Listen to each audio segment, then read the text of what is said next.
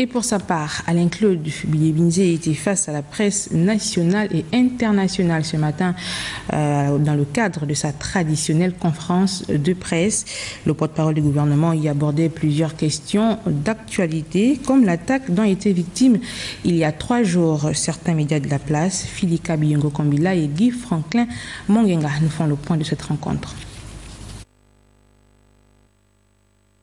C'est la première conférence de presse du ministre d'État en charge de la communication après l'irruption d'un gang dans plusieurs médias publics et privés. Pas étonnant que cette affaire, tirée d'un film de guerre, un assaut terroriste, soit la une de cet échange. L'acte posé par M. Abba est d'une extrême gravité. Parce que dans notre pays, ça ne s'est jamais produit. Jamais on est arrivé à cet extrême. La justice a été saisie, le procureur est saisi et des enquêtes sont ouvertes. Nous espérons que dans les suites de l'enquête, nous saurons exactement quels sont les commandos qui ont été mobilisés pour poser ces actes. C'était vendredi dernier, lorsque des personnes munies d'armes blanches pénètrent en matinée plusieurs chaînes avec pour intention d'y faire diffuser une vidéo appelant à l'insurrection.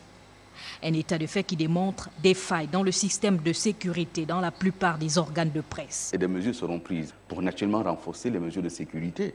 Nous en ferons de même pour Africa numéro 1.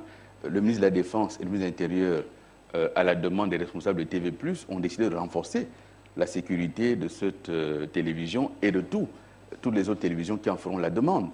Autre sujet abordé par Alain-Claude Bilebinze, l'arrivée d'une mission de la Cour pénale internationale.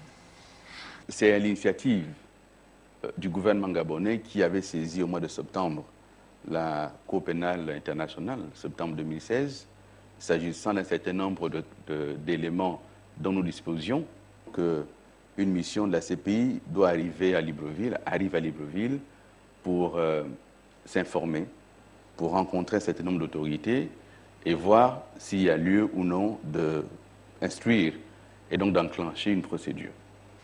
Le ministre de la Communication a également abordé les récentes assises sur l'environnement, la 13e édition de la Fête des Cultures qui aura lieu du 30 juin au 2 juillet prochain, ainsi que la participation du chef de l'État à la rencontre sur les réfugiés qui se tiendra à Kampala en Ouganda.